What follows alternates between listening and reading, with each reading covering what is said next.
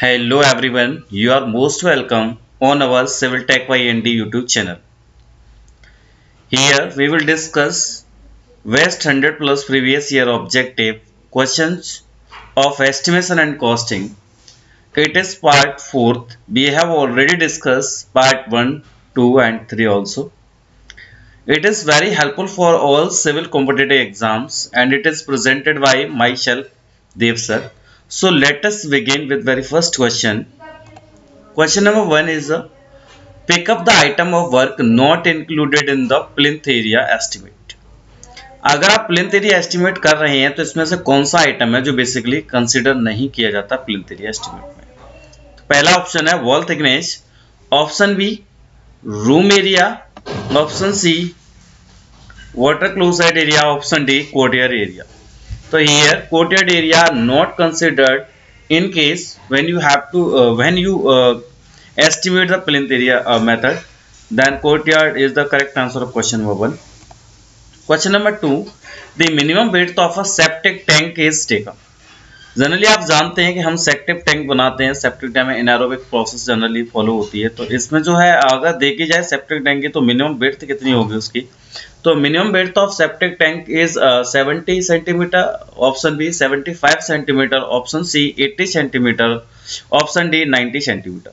तो generally the width of septic tank is 75 centimetre. So option B is the correct answer of question number 2. Next, question number 3. Pick up the item. Their weight is added to the weight of the respective item is. अगर आप किसी item का ऐसा estimate कर रहे हैं basically जिस item में आपको किस किस का वेट है ऐड करना पड़ता है, तो पहला है cleats, option B brackets, option C bolts, option D all of the above. तो इनका वेट भी उन आइटम की एस्टिमेशन में बेसिकली इंक्लूड होता है जो भी आइटम एस्टिमेट करते हैं। तो option D is the correct answer question number 3. Question number 4, the expected outturn for earth work in excavation in ordinary soil per workman per day is. Generally आप expected outturn की बात करते हैं जो आपका अर्थ सॉइल एक्सकेवेशन होता है। Ordinary excavation इसलिए बोल रहे हैं because there is no hard soil of the earth, यहाँ पर किसी भी तरह का हार्ड सॉइल नहीं है। तो ऑर्डिनरी सॉइल जनरली एक्सकेवेशन में अगर पर पर्सन पर डे देखा जाए तो कितना एक्सपेक्टेड आउटटर्न होता है। तो मैंने आपको बताया था कि कंक्रीट के लिए भी आप लोग क्या देखते हैं, कंक्रीट के लिए 5 मीटर क्यूब होता है एक्सपेक्टेड आउटटर्न पर पर्सन पर डे। देन आप अर्थवर्क की अगर बात करेंगे तो वहां पर भी 3 मीटर क्यूब पर पर्सन पर डे होता है। तो यहाँ एक्सकेवेशन की बात हो रही है वो भी ऑर्डिनरी सॉइल के लिए। तो then correct option is C, so 3 cubic metre. तो option C is the correct answer question number 4. Next, question number 5. The expected outturn of brickwork in cement mortar in foundation and plinth per meson per day is. अगर आप expected आउटटर्न देख रहे हैं वो भी cement motor से, यहाँ ध्यान देना है आपको सीमेंट मोटर है नॉट अ मड मोटर, और वो भी फाउंडेशन में हो रहा है वर्क, तो कितना एक्सपेक्टेड आउटटर्न बेसिकली रहता है। तो उसके लिए ऑप्शन पहला है 1 metre cube, option B 1.25 metre cube, option C 1.50 metre cube, option D 1.75 metre cube.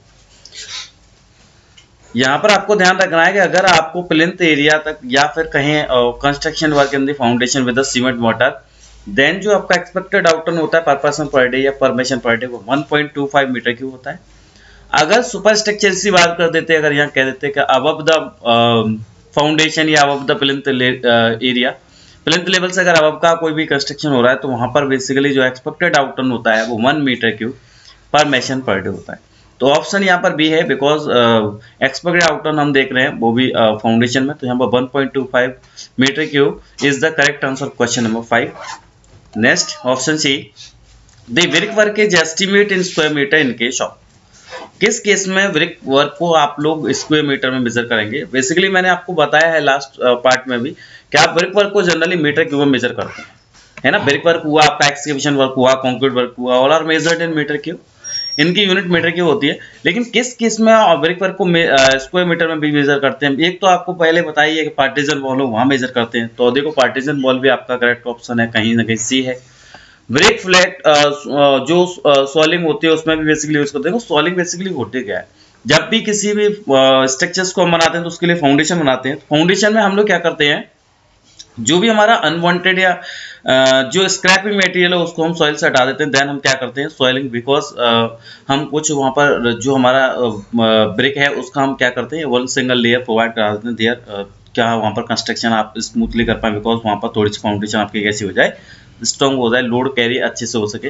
तो ऑप्शन बी भी आपका ब्रिक फ्लैट सोलिंग है, ये भी आपका मीटर स्क्वायर मीटर में मेजर किया जाता है। ऑप्शन ए है honeycomb brick work, honeycomb brick work होगा there are more voids present, तो ऐसे केस में भी हम लोग क्या कर दें ब्रिक वर्क ही जो है स्क्वायर मीटर में मिल लिया जाएगा। तो option C half brick work आपका हो ही गया है। तो ऑप्शन डी आपका क्या है यहाँ पर all option all of the is the correct answer question number 6। Question number 7, the height of the sink of wash basin our floor level is kept. अगर कोई फ्लोर लेवल है आपका, राइट, तो फ्लोर लेवल में हम sink जो कहीं देख रहे हैं बेसिकली, तो फ्लोर लेवल से सिंक का जनरली हाइट कितना रखा जाता है, आपने वॉश बेसिन देखे होंगे। तो फ्लोर है आपका, उससे वॉश बेसिन की जनरली हाइट कितनी होती है, तो उसका जो हाइट रखा जाता है वो 75 सेंटीमीटर टू 80 सेंटीमीटर रखा जाता है, 75 centimetre to 80 centimetre. So option C is the correct answer question number 7।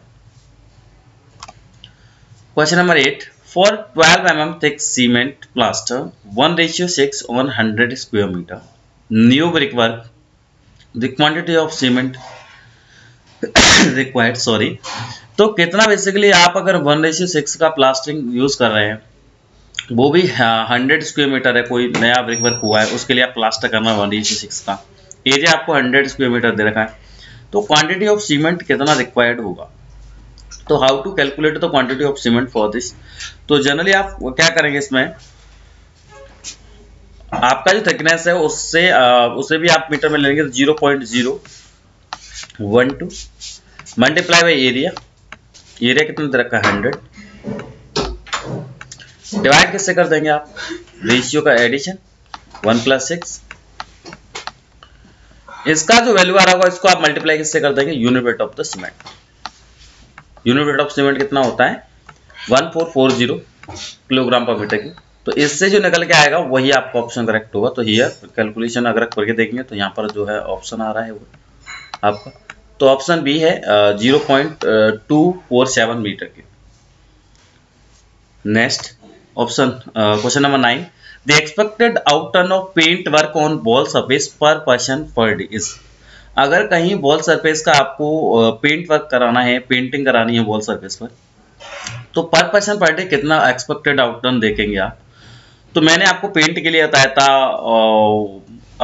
Distemper के लिए भी बताया है आपको, जनरली प्लास्टरिंग के लिए बताया है, फ्लोर के लिए बताया है, ब्रिक वर्क के लिए बताया है, सभी चीज़ों के लिए मैंने बताया था एक्सपेक्टेड आउटटर्न पर डे पर पर्सन क्या होता है।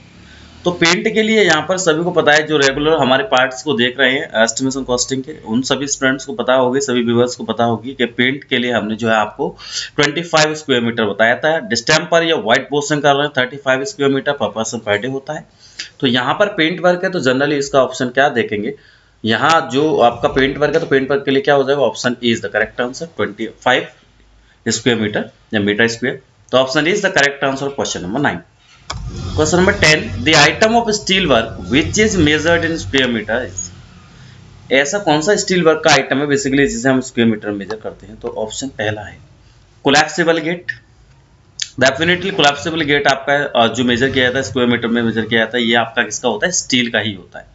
ऑप्शन बी है रोलिंग शटर। रोलिंग शटर भी जो होते हैं वो भी आपके किसमें मेजर किए जाते हैं, स्टील वर्क है, वो भी आपके स्क्वायर मीटर में मेजर किए जाएंगे। Option C ventilators and glazing, ये भी आपके स्क्वायर मीटर में ही मेजर किए जाते हैं। So option D all of the above is the correct answer, right. Next question, question number 11, the expected outturn of cement concrete per mason per day in 2 day. देखिए यहाँ पर एक question है, थोड़ा सा जरा ध्यान देंगे। देखिए यहाँ पर क्वेश्चन कह रहा है कि expected outturn of cement concrete per mason in 2 day, पर मेसन पर डे नहीं, सॉरी, पर मेसन इन 2 डे है। आपको एक्सपेक्टेड सीमेंट कंक्रीट देखना है एक व्यक्ति का, वो भी 2 दिन में वो कितना काम करके देगा आपका, अगर सीमेंट कंक्रीट का वर्क है तो जनरली मैंने आपको बताया सीमेंट कंक्रीट के केस में अगर आपको कोई भी रेशियो स्पेसिफाई नहीं है, अगर रेशियो स्पेसिफाई होता, मान लीजिए आपको ऑर्डिनरी रेशियो स्पेसिफाई कर दिया जाए कंक्रीट का, जैसे M15 is the ordinary grade of the concrete, then आपको पता है कि उसके लिए बेसिकली 5 होता है। लेकिन अगर आपका कोई भी रेशियो स्पेसिफाई नहीं है तो उसके लिए expected outturn of cement concrete आपको पता है 3 मीटर क्यूब पर पर्सन पर डे होता है। अगर 3 मीटर क्यूब पर पर्सन पर डे हो रहा है इन 2 डे पूछा गया है, तो बिकॉज आप क्या समझेंगे, 3 मल्टीप्लाई बाई 2, तो देयर ऑप्शन करेक्ट क्या हो जाएगा 6। तो 6 मीटर क्यूब जो आपका परमिशन है वो इन 2 डे वर्क करके देगा आपको 6 मीटर क्यूब। तो option C is the correct answer question number 11। Got it. Question number 12, the expected outturn of half brick work as a partition wall per mason per days. अगर कोई half brick wall है, मान लीजिए कोई half brick wall है, आपको बताइए half brick wall को हम किस में मेजर करते हैं, स्क्वायर मीटर में मेजर करते हैं, तो इसका यूनिट भी स्क्वायर मीटर आ जाएगा। तो पर पर्सन पर डे कितना वो एक्सपेक्टेड आउटटर्न देगा आपको, कितना बेसिकली वर्क करके देगा अगर कोई हाफ ब्रिक वॉल है या कोई पार्टीशन वॉल है आप उसको वर्क करा रहे हैं तो उसके वर्क के लिए 5 मीटर स्क्वायर पर मेसन पर डे रहता है।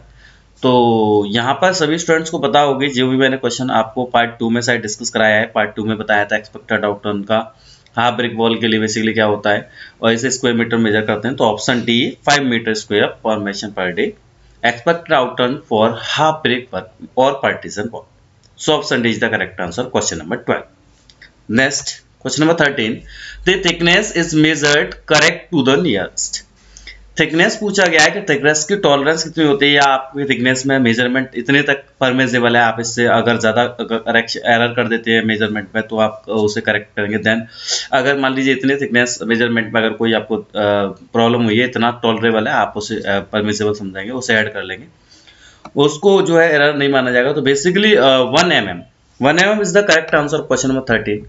बिकॉज मैंने आपको बताया था अगर वेट के केस में होता है तो 1 kg होता है, थिकनेस के केस में 1 mm होता है, वॉल्यूम के केस में 0.01 मीटर की होता है और एरिया के केस में 0.01 मीटर स्क्वायर होता है। एक क्वेश्चन के साथ साथ मैंने यहाँ आपको 4 से 5 क्वेश्चन डिस्कस करा दिए। तो हमारे सेशन को देखने से यही फायदा होता है स्टूडेंट्स को कि हम क्वेश्चंस कम टाइम में ज़्यादा से ज़्यादा प्रोवाइड कराने की कोशिश करते हैं और एक क्वेश्चन में उसके सारे डिस्क्रिप्शन देते हैं हर एक ऑप्शन का और उससे रिलेवेंट जितनी भी यूजफुल इंफॉर्मेशन है आपके लिए वो भी लाते हैं।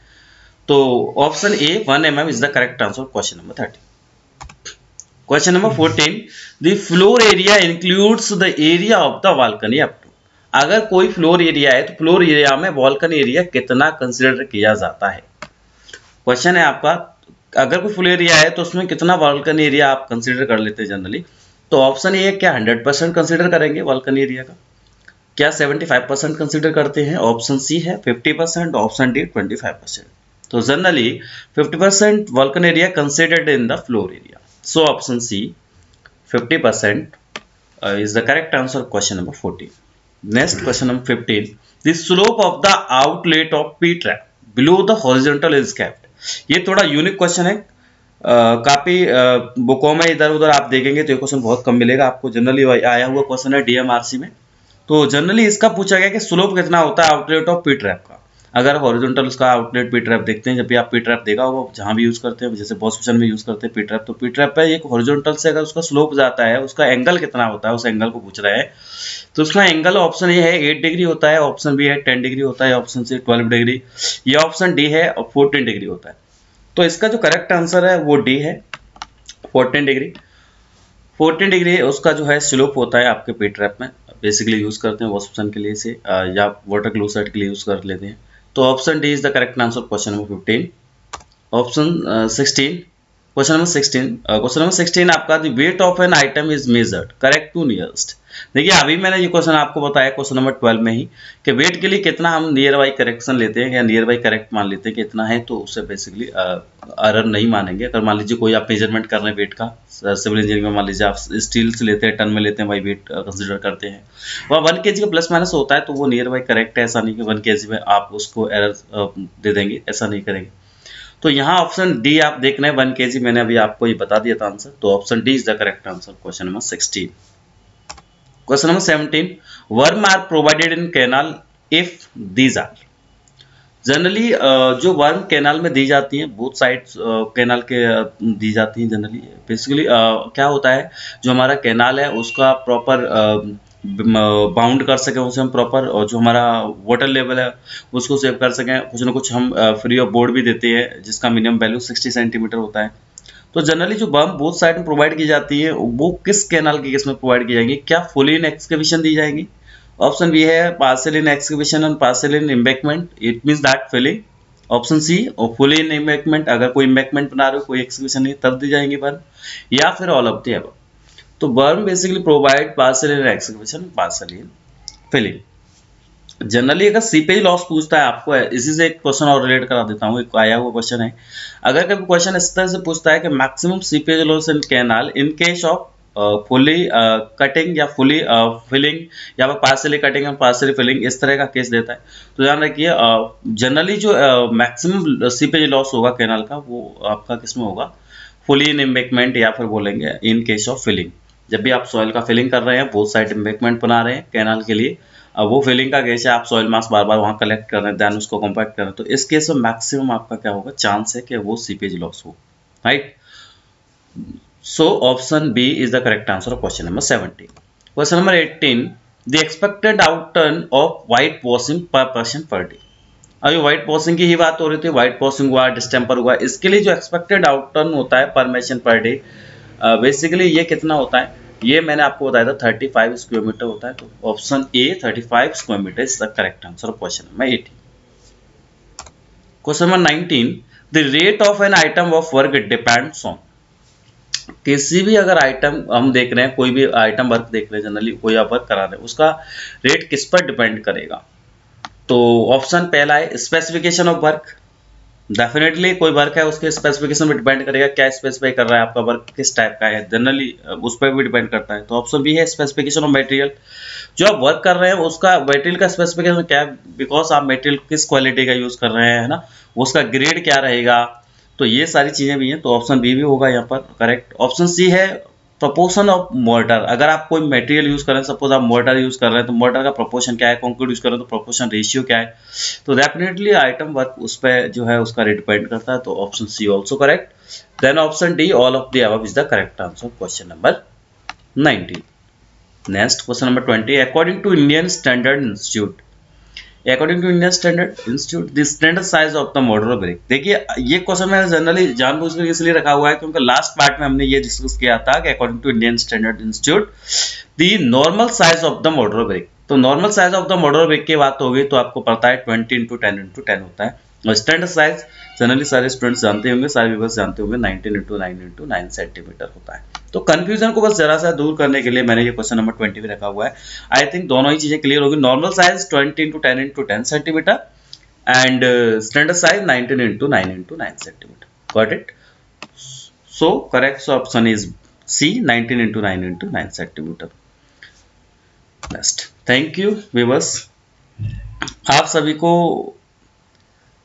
फिर मैं बता दूं कि आप सभी को ये चैनल सब्सक्राइब करना है, लाइक करना है, शेयर करना है। दोस्तों आप सभी जब इस चैनल को सब्सक्राइब करेंगे, लाइक करेंगे, शेयर करेंगे तो हमें बहुत ही मोटिवेशन मिलेगा और हम इस पर लगातार काम करते रहेंगे और बेस्ट से बेस्ट प्रीवियस ईयर्स के एमसीक्यूज सारे सब्जेक्टों के आपको प्रोवाइड कराएंगे। फिलहाल अभी हमारी 100 प्लस की कोर्सेज है, 100 प्लस की सीरीज हम लेके आ रहे हैं, देन हम 500 प्लस 1000 प्लस की सीरीज भी लेके आते रहेंगे। सारे सब्जेक्ट्स के आपको एमसीक्यूज प्रोवाइड होंगे, बेस्ट से बेस्ट क्वेश्चंस आपको मिलेंगे।